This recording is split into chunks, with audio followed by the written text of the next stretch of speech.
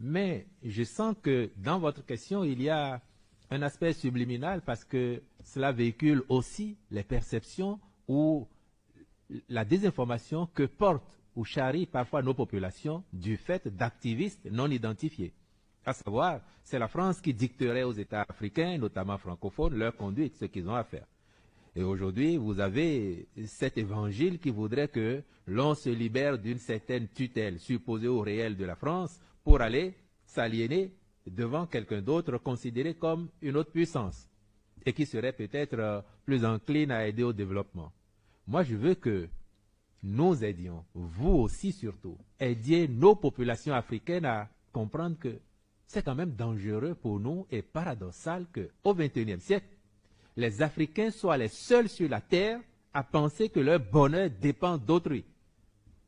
Que leur bonheur ne découle pas des efforts qu'ils font au quotidien pour améliorer leur sort, mais que c'est un pays situé à 5, 6 000, 10 000, 15 000 kilomètres qui agirait pour les rendre heureux ou non.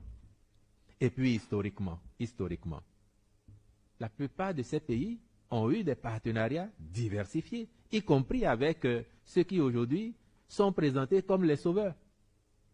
Au Bénin, nous avons fait l'expérience. Nous avons été longtemps socialistes. Et chacun a tiré les conclusions en 90 ici, de voir qu'est-ce que ça nous a apporté, d'avoir été dans ce train, qu'est-ce que ça nous a pas apporté. Après, nous avons des relations diversifiées avec nos partenaires. Et au Bénin ici, le président Talon le dit, nous prônons des relations décomplexées, y compris avec la France, y compris avec les États-Unis.